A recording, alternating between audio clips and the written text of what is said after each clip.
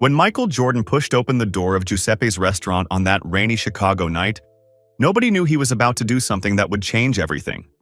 This was the same restaurant that had turned him away 30 years ago, made him feel small and unwanted when he was just a young player trying to celebrate. Now he was back, standing face to face with the man who had rejected him all those years ago. But what Michael had planned wasn't revenge. What he was about to do would make grown men cry and prove that being truly great isn't just about winning games. The autumn rain drummed against the windows of Giuseppe's Italian restaurant in downtown Chicago as Michael Jordan pushed through the heavy oak door, his frame still commanding attention even in retirement. The smell of garlic and fresh basil hung thick in the air, mingling with memories that had haunted him for 30 years. Giuseppe's hadn't changed much since that humid summer evening in 1984 when he was just another kid with dreams bigger than his wallet, turned away at this very entrance because the maitre d' had looked at his worn sneakers and faded jeans and decided he didn't belong. Michael had never forgotten that moment. The sting of rejection, the burn of humiliation as other diners stared while he backed out the door. Now he was back, but not for the reasons anyone might expect. The current owner, a middle-aged woman named Patricia Hemsworth, looked up from the reservation book and her eyes went wide. She recognized him instantly, as most people did, but there was something else in her expression, a flicker of confusion mixed with concern. Michael had called ahead using a different name, requesting a private meeting with the owner and specifically asking that the original staff members from the 1980s be present if any still worked there. Patricia had agreed, curious but cautious, unaware of the true purpose of this visit. As Michael removed his rain-dampened jacket, 3 elderly figures emerged from the kitchen area, their faces etched with the lines of decades spent in service industry trenches. One of them, a thin man with silver hair and thick glasses, stopped abruptly when he saw Michael, his hand gripping the doorframe as if the floor had suddenly become unstable beneath him.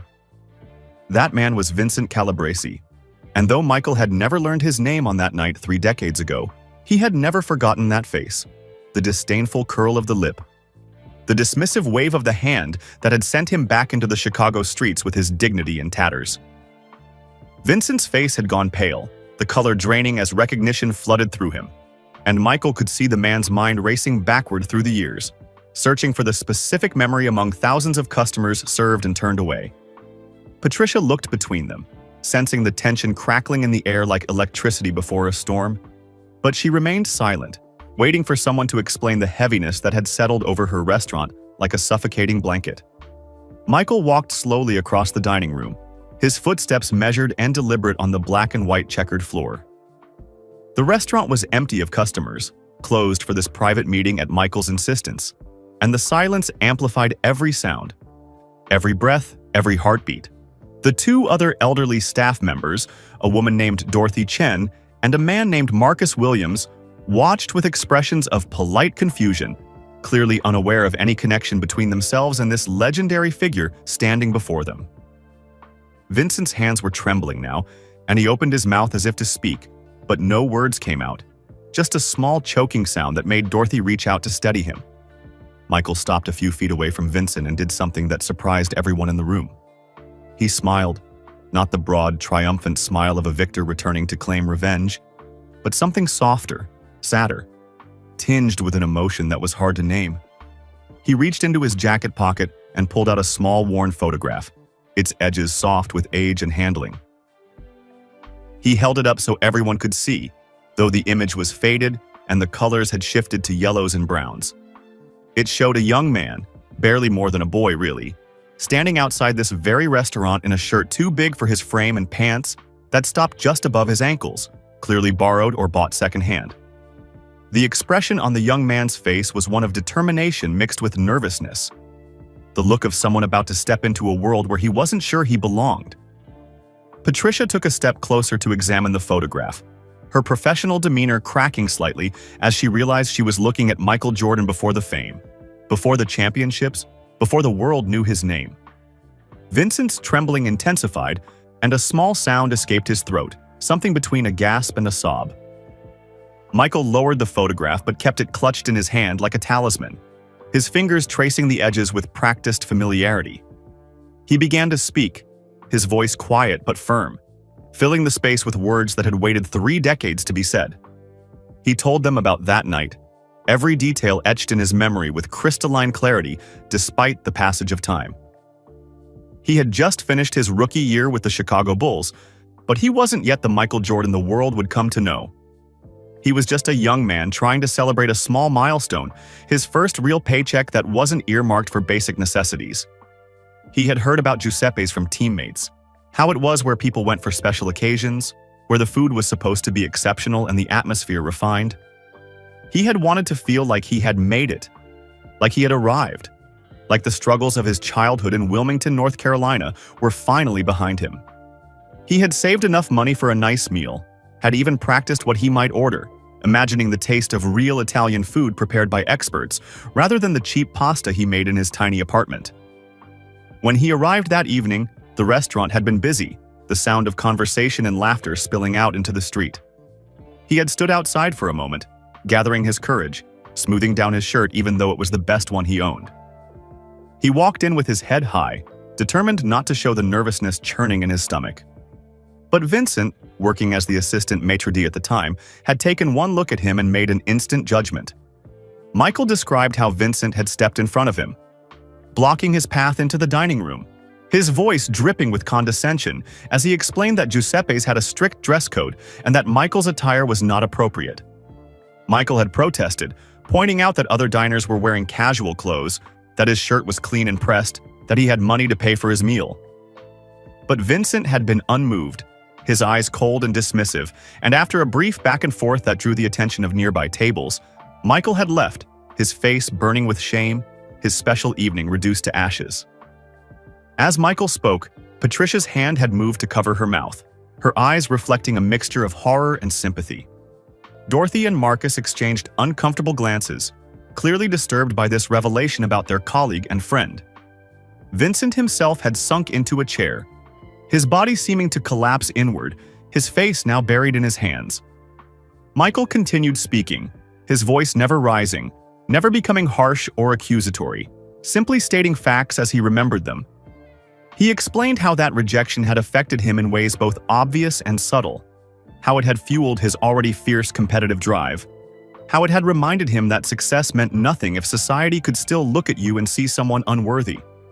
He had channeled that anger and hurt into his game, into proving himself over and over again, but the memory had never fully faded, never stopped being a small thorn embedded too deep to remove. But then, Michael said something that shifted the entire atmosphere in the room. He said that rejection, as painful as it had taught him something crucial about himself and about the world. It had shown him that respect and dignity were not automatically granted based on talent or potential, that sometimes the world would judge you on surface appearances, on arbitrary standards that had nothing to do with your character or worth. It had made him more aware of his own power, once he achieved fame and success, to lift others up or put them down, to grant dignity or withhold it. Every time he signed an autograph for a starstruck kid, every time he took an extra moment to speak to someone others might dismiss, he was making a choice not to be the person who had turned him away that night. He was deciding, consciously and deliberately, to use his position to make people feel valued rather than diminished. Vincent finally looked up from his hands, his eyes red-rimmed and watery, his face a mask of regret and shame so profound it seemed to physically age him in that moment. He tried to speak, his voice cracking on the first attempt, then clearing enough to form words that tumbled out in a desperate rush. He said he didn't remember that specific night, that there had been so many evenings, so many customers, but that he believed Michael completely, and that the kind of judgment Michael described was exactly the sort of thing he would have done back then. He explained, his words halting and painful, that he had been raised in a household where appearances mattered above all else, where his father had drilled into him that the right kind of people looked a certain way, dressed a certain way, spoke a certain way. He had brought those poisonous assumptions into his work, using his small amount of power at the restaurant to enforce standards that had nothing to do with cuisine or hospitality and everything to do with exclusion and prejudice. The confession seemed to drain something from Vincent, leaving him deflated and small in his chair. Patricia had moved to stand beside him, her hand on his shoulder in a gesture that was both supportive and restraining. as if she wasn't sure whether to comfort him or distance herself from his actions. Michael watched this display of anguish and remorse with an expression that was difficult to read, something complex playing across his features. Dorothy broke the heavy silence by asking, in a voice barely above a whisper, why Michael had come back after all these years, what he hoped to accomplish by reopening this old wound. It was the question everyone in the room wanted answered, but had been afraid to ask. Michael took a deep breath and reached into his jacket pocket again, this time pulling out not a photograph but a thick envelope, official-looking, and sealed with the logo of a law firm embossed in the corner. Patricia's eyes went to the envelope with visible apprehension, clearly fearing a lawsuit, some kind of legal retribution for the discrimination Michael had experienced. But Michael held up his other hand in a calming gesture and explained that the envelope contained something entirely different from what they might expect. He said that 3 months ago, he had received a letter from Vincent, forwarded through his management company, which received thousands of letters every month from people wanting autographs, money, connections, or simply to share their stories of how Michael had impacted their lives. Most of these letters were screened and never reached Michael directly, but this particular letter had been flagged by his assistant because of its unusual content. Vincent had written to Michael confessing to the incident from 1984, though he hadn't been certain at the time that Michael would remember, or that it had even been significant in the larger context of Michael's extraordinary life. Vincent explained in his letter that he was dying, that doctors had given him perhaps 6 months to live, and that as he faced the end of his life, he found himself haunted by the many small cruelties he had committed over the years, the people he had judged and dismissed and hurt through his actions. He had no expectation of forgiveness, no illusion that an apology could undo decades-old harm, but he wanted Michael to know that someone who had wronged him recognized that wrong and carried the weight of it. Michael's voice grew softer as he recounted reading that letter late one night in his home office, the words written in shaky handwriting that betrayed Vincent's declining health. He had read it 3 times, feeling a complicated swirl of emotions, anger and satisfaction mixed with something unexpected, a kind of pity for this dying man seeking absolution for what Michael had long ago processed and moved past. He had set the letter aside, intending to ignore it, to let Vincent face his mortality without either forgiveness or condemnation from the person he had wronged. But over the following weeks, Michael found himself thinking about that letter, about Vincent, about the nature of grudges and grace and what it meant to hold on to pain or to release it. Michael had done some research, making discreet inquiries through people who owed him favors, and learned that Vincent was indeed seriously ill with pancreatic cancer, that his prognosis was grim, and that he still worked part-time at Giuseppe's despite his failing health because he needed the money to pay for experimental treatments not covered by his insurance. Michael also learned that Giuseppe's itself was struggling, that the restaurant that had once been a thriving establishment was now barely breaking even, caught between rising costs and changing neighborhood demographics. Patricia had inherited the restaurant from her uncle Giuseppe 5 years ago, taking on massive debts in the process, and was working 18-hour days trying to keep the business afloat while caring for her own teenage son, who had cerebral palsy and required expensive medical care and specialized equipment. As Michael shared these details, Patricia's face reflected shock and discomfort at having her private struggles laid bare before strangers, even as she struggled to understand why Michael would have investigated her life and business. Vincent looked equally stunned, clearly unaware that Michael had responded to his letter with anything beyond perhaps reading it. Marcus and Dorothy stood like statues, transfixed by the unfolding drama, their faces showing they had stumbled into something far more significant than they had anticipated when they agreed to this mysterious meeting with a celebrity. Michael explained that learning about Vincent's illness and Patricia's struggles had crystallized something for him, had made him realize that revenge, if he had ever wanted it, would be hollow and meaningless against a dying man and a failing business. But more than that, it had made him think about legacy, about what we leave behind when we're gone, about the ripples our actions create that spread out in directions we can never fully predict or control. That night in 1984, Vincent had made Michael feel small and unwelcome, had put a crack in his confidence at a vulnerable moment. But that moment had also contributed, in some strange alchemy of hurt and determination, to the drive that pushed Michael to greatness. Not that Vincent deserved credit for Michael's success. Michael was quick to clarify, but that pain and adversity, when channeled correctly, could become fuel for transformation. Michael said he had spent considerable time thinking about what he wanted to do with the knowledge of Vincent's letter and situation, and he had consulted with people he trusted, including his mother, who had taught him about grace and forgiveness through her own example over the years. His mother had reminded him that forgiveness was not about excusing wrong behavior or pretending hurt didn't matter, but about releasing the grip that past pain held on your present and future. She had asked him what kind of person he wanted to be, what kind of example he wanted to set, what story he wanted told about how he treated someone who had wronged him when that person was at their most vulnerable. The envelope Michael held contained documents that would fundamentally change the lives of everyone in that room, but he wasn't ready to reveal the contents yet. Instead, he asked Vincent a direct question, looking him straight in the eyes with an intensity that made the older man shrink back slightly. Michael asked if Vincent had truly changed, if the person who wrote that confession letter was genuinely different from the man who had turned away a young basketball player based on his clothes and appearance, or if the letter was simply fear of death and desire for absolution without actual transformation of character. It was a hard question, delivered without cruelty but with absolute seriousness, and Vincent struggled visibly with how to answer. After a long, painful silence, Vincent began to speak about his life after that period in the 1980s. He talked about his own failures and struggles, how he had eventually lost his position at Giuseppe's due to his drinking problem, how his marriage had fallen apart because of his inability to see people, including his own wife and children, as anything more than reflections of his own insecurities and prejudices. He described hitting bottom in the late 1990s, living in a halfway house, attending mandatory counseling sessions where a patient therapist had slowly, painstakingly helped him understand that his need to judge and exclude others stemmed from his own deep-seated fear of being judged and found wanting.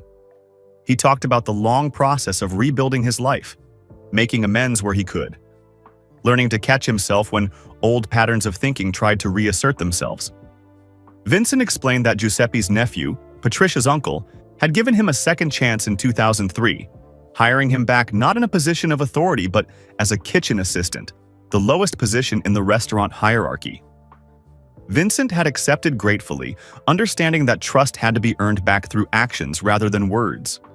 Over the years, he had slowly worked his way back up, proving through daily choices and interactions that he was no longer the man who used dress codes and arbitrary standards to make himself feel superior.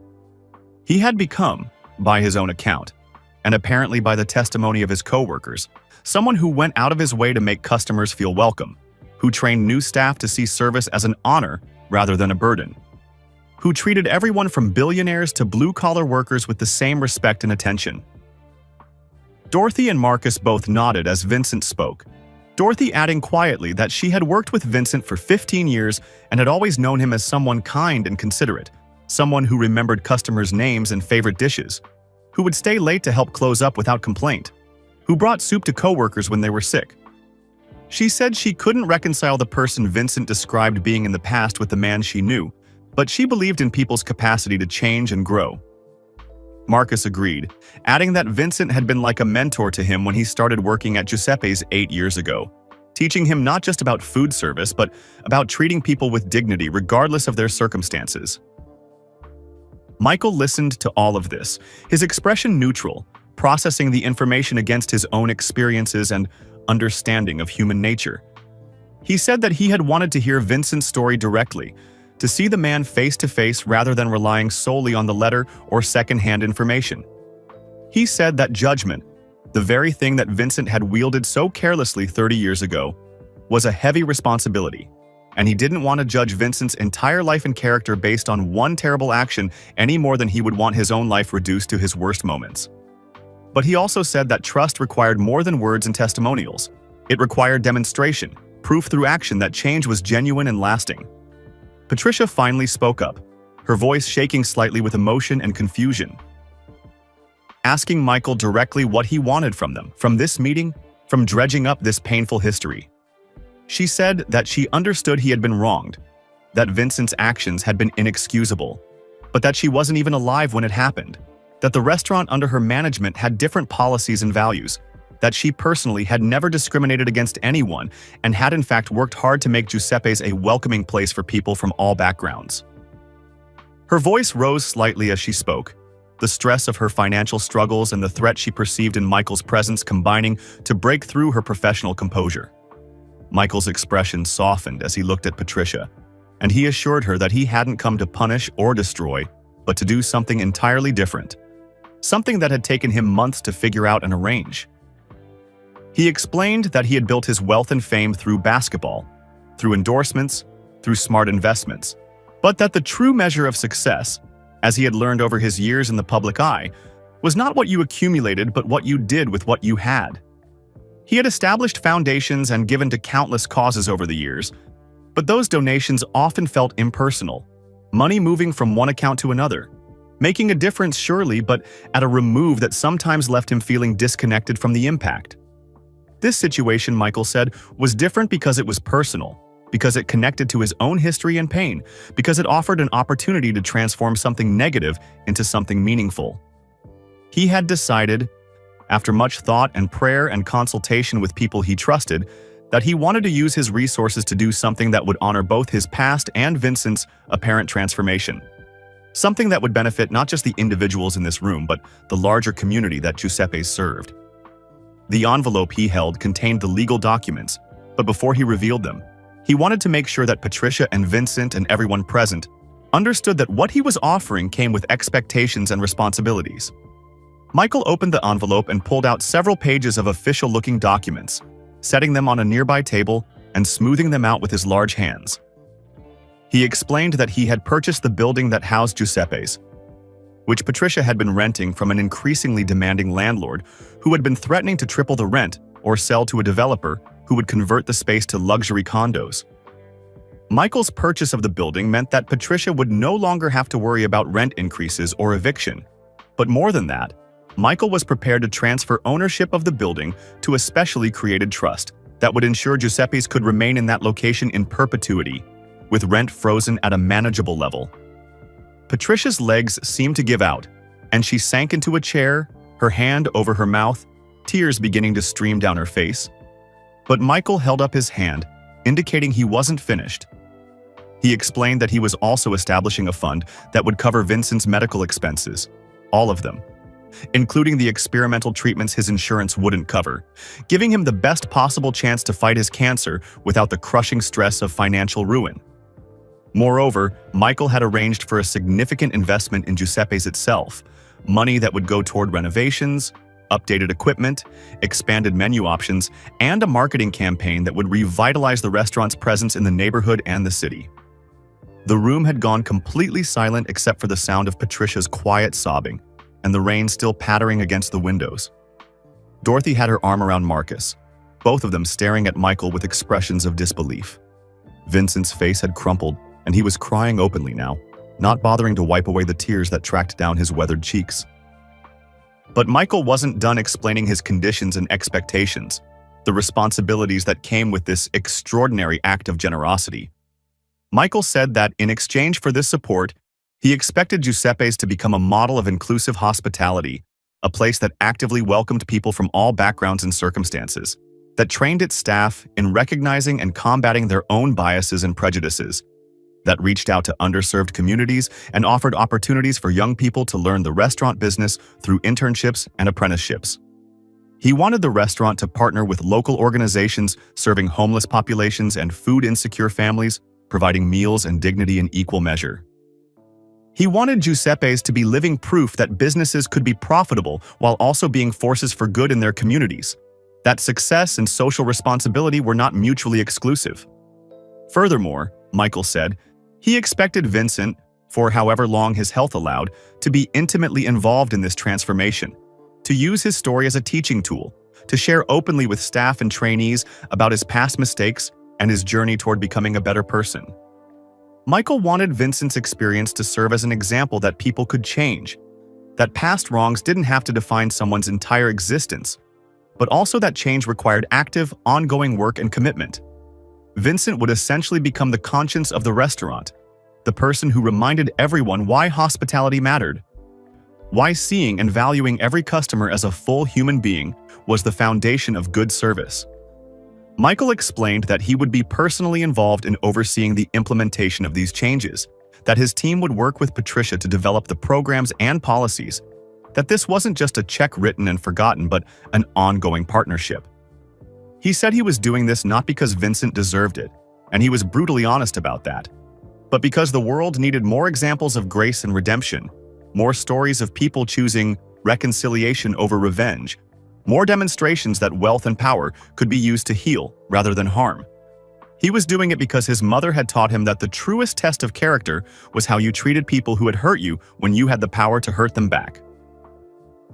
Vincent stood up shakily, his body seeming to struggle against gravity and emotion, and moved toward Michael with his arms slightly extended. For a moment, it looked like he might try to embrace Michael, but something in Michael's stance made him stop a few feet away. Vincent's voice was barely audible as he tried to express gratitude, to apologize again, to make sense of this act of mercy that seemed too large to comprehend. Michael stopped him gently but firmly, saying that this wasn't about Vincent earning forgiveness through suffering or gratitude, that forgiveness couldn't be earned or purchased, that it was freely given or it wasn't forgiveness at all.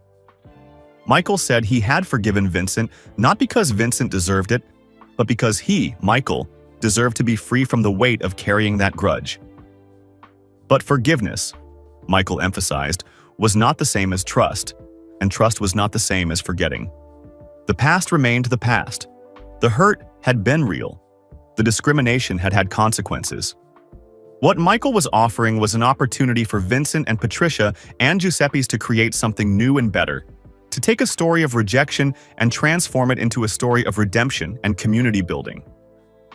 Whether they succeeded or failed in that endeavor was up to them, but Michael was providing the resources and the structure to make success possible. Patricia managed to compose herself enough to ask Michael why he had chosen this approach, why he hadn't simply sued the restaurant or publicly shamed Vincent or used his influence to destroy Giuseppe's reputation. She seemed genuinely baffled that someone with Michael's wealth and power would choose this path rather than the more obvious route of retribution. Michael was quiet for a moment, considering his answer carefully. Then he told them about his father. Michael's father, James Jordan, had been murdered in 1993, shot by two young men during a robbery, a senseless, violent crime that had devastated Michael and his family. In the years that followed, Michael had struggled with rage and grief, with fantasies of revenge against not just the specific individuals who had killed his father, but against a world that could produce such violence and waste. He had eventually found a kind of peace, not through forgetting or excusing what had happened, but through choosing to honor his father's memory by living according to the values his father had instilled in him, values of hard work, integrity, and yes, mercy. His father had taught him, Michael said, that you could acknowledge wrong and injustice while still choosing not to become consumed by bitterness and hatred. His father had believed that people were more than their worst acts, that circumstances and choices combine to create the trajectories of lives, and that breaking cycles of hurt and retribution required someone to make a different choice, to respond to harm with something other than more harm. It didn't mean being passive or accepting injustice, Michael clarified. It meant being strategic and thoughtful about how to create actual change rather than just satisfying the desire for vengeance. So when Vincent's letter arrived, and Michael learned about his illness and Patricia's struggles, he had asked himself what his father would want him to do. What response would honor the lessons he had been taught? What choice would create the most good in the world? The answer, uncomfortable and challenging as it was, pointed toward this moment, this difficult conversation, this opportunity to turn pain into purpose. Michael said he wasn't a saint, that he had his own failures and regrets, that there were days when he still felt anger about that night in 1984, and countless other moments of discrimination and disrespect he had experienced. But he was trying to be better than his worst impulses, to choose the harder, right over the easier wrong. The room fell into a contemplative silence, broken only by the sound of the rain, which had intensified into a full storm, wind rattling the windows and thunder rumbling in the distance. Patricia excused herself briefly, returning moments later with glasses of water for everyone, her hands still trembling slightly as she passed them around. It was a small gesture of hospitality, of normalcy, in a situation that had become profoundly abnormal, and everyone accepted the water gratefully, using the excuse of drinking to buy a few moments to process everything that had been revealed. Dorothy spoke up hesitantly, asking if she and Marcus could be part of this transformation Michael had described, if they could help build this new vision for Giuseppe's, even though they hadn't been directly involved in the incident from 1984.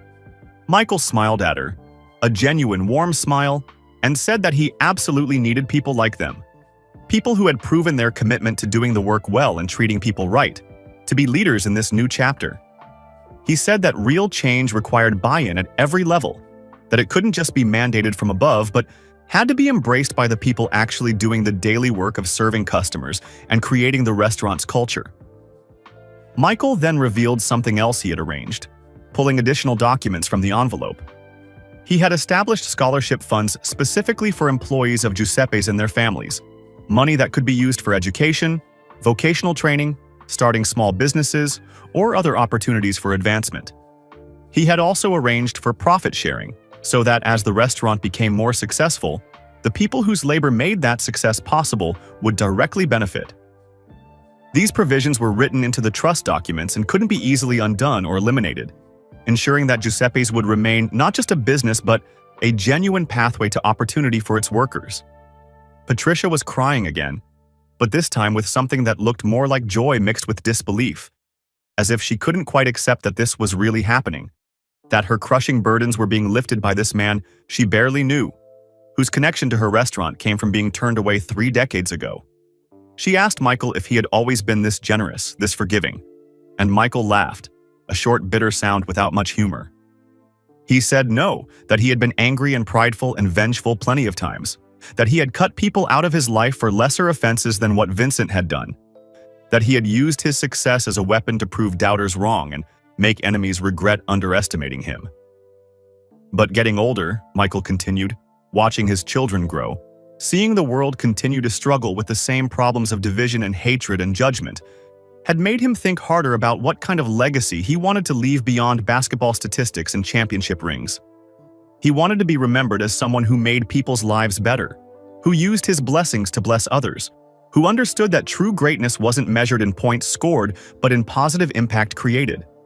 This situation with Giuseppe's had given him a concrete opportunity to put those values into practice in a way that felt real and personal and connected to his own story. Vincent finally spoke again. His voice stronger now, though, still rough with emotion. He said that he didn't know how to possibly live up to what Michael was offering, that he felt the weight of responsibility crushing down on him, that he was afraid of failing and wasting this incredible second chance. Michael nodded, acknowledging the fear as valid and real, then said that failure was always possible, that people disappointed each other and themselves constantly, but that the only way to guarantee failure was to not try at all. Vincent would have support, Michael said, a team of people helping him and Patricia navigate the transformation, but ultimately the success of Giuseppe's would depend on the daily choices of everyone involved, their commitment to the vision and values Michael had outlined. The meeting continued for another 2 hours, with Michael's lawyers, who had been waiting outside, coming in to explain the legal details of the trusts and funds and arrangements. Papers were signed, hands were shaken, and plans were made for follow-up meetings to work out the practical details of implementation. Throughout it all, Michael remained engaged and present, asking questions, offering suggestions, making it clear that this wasn't just a wealthy man throwing money at a problem, but someone genuinely invested in the outcome. By the time everything was concluded, the storm outside had passed, leaving the streets washed clean and glistening under the streetlights. As people prepared to leave, Vincent approached Michael one last time, and this time Michael allowed the older man to take his hand. Vincent said simply, with no elaborate language or grand gestures, that he would spend whatever time he had left trying to be worthy of this grace, trying to help create the kind of place Michael envisioned, trying to be the kind of person who built others up rather than tearing them down.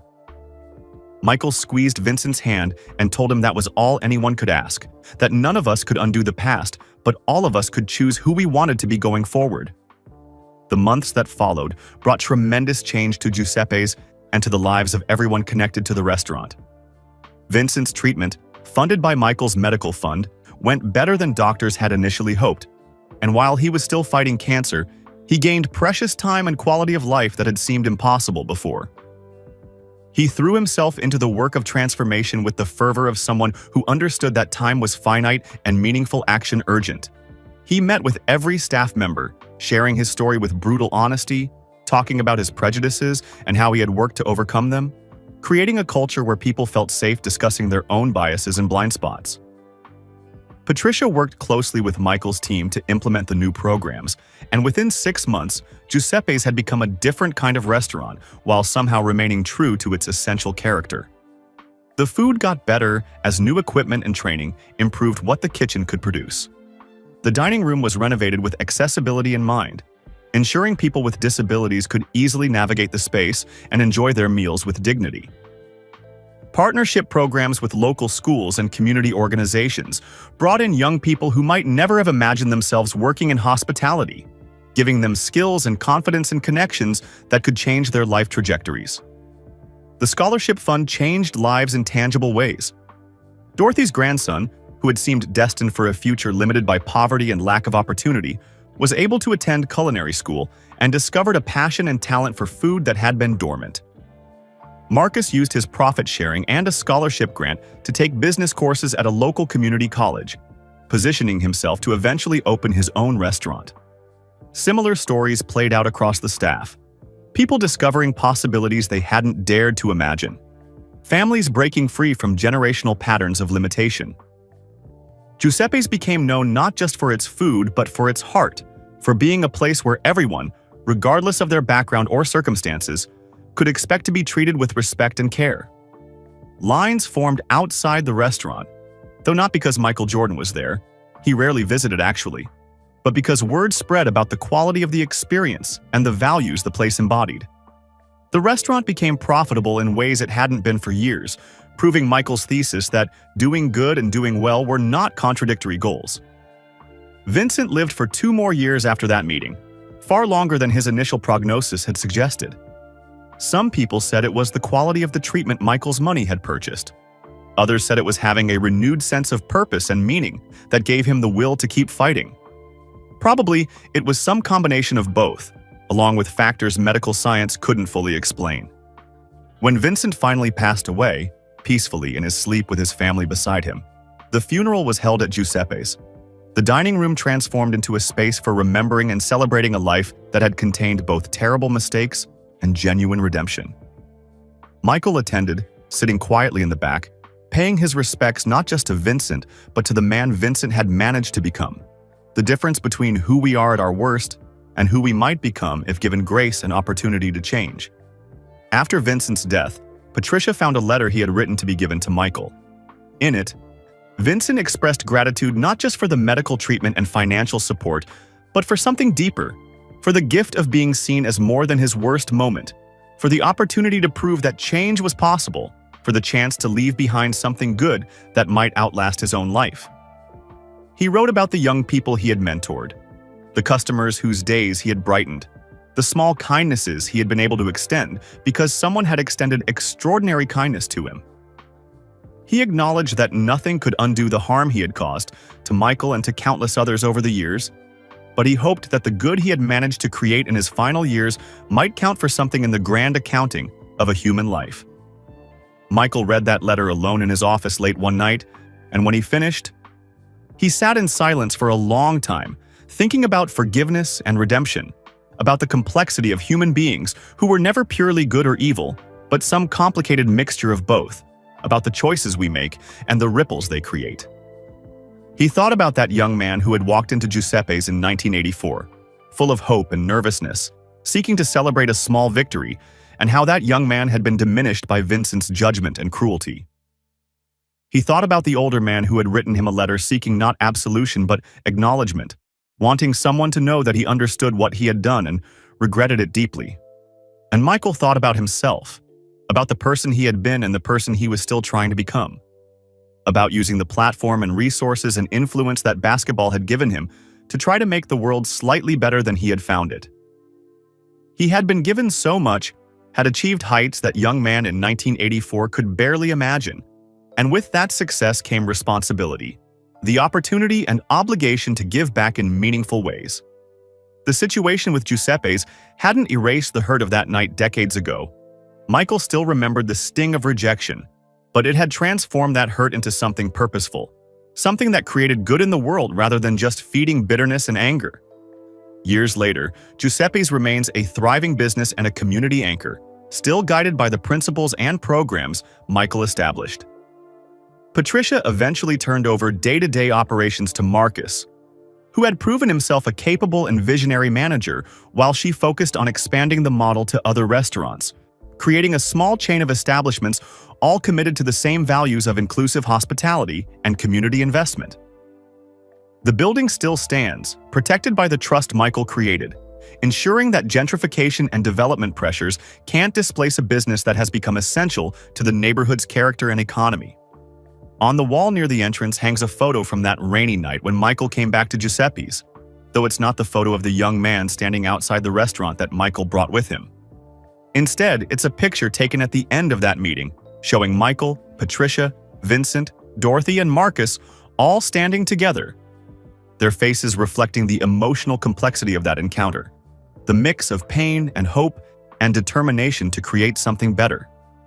Beneath the photo is a small plaque explaining that this restaurant was transformed by an act of grace, by someone choosing reconciliation over revenge, and that everyone who works at or visits Giuseppe's is part of that ongoing story of redemption and community.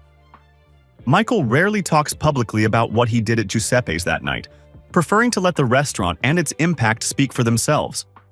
When asked about it by reporters or interviewers, he usually deflects, saying he's just trying to be a good steward of the blessings he's received, that plenty of other people do far more generous things without recognition or praise. But people who were there that night, who witnessed what transpired in that empty restaurant while rain drummed against the windows, carry the memory with them as proof that transformation is possible, that our worst moments don't have to define us, and that sometimes the most powerful thing you can do with success is use it to lift others up, rather than to strike others down. The story of Michael Jordan returning to Giuseppe's became, in its way, as much a part of his legacy as any championship ring or record-breaking performance. It showed a different kind of greatness, one measured not in athletic achievement but in moral courage, in the willingness to extend grace when revenge would have been easier and perhaps more satisfying. It showed that true strength isn't just about physical dominance or competitive fire, but about having the wisdom and maturity to know when to fight and when to forgive, when to demand justice and when to offer mercy. Michael had walked back into that restaurant carrying decades of hurt and the power to destroy the people who had caused that hurt. But what he did there, the choice he made, revealed something profound about the man he had become, and the values that truly mattered to him beyond fame and fortune and public adulation. Michael's story reminds us that true greatness is measured by how we treat others, especially those who've wronged us. Now we want to hear from you. Where are you watching this from? Drop your city and country in the comments below. If this story of forgiveness and kindness touched your heart, please hit that like button and subscribe to our channel so we can spread more stories of compassion and second chances to people around the world. Together we can remind everyone that choosing grace over revenge can change lives. And don't go anywhere yet. Click on the video appearing on your screen right now for another incredible story that will inspire you. Thanks for watching, and remember, kindness always wins.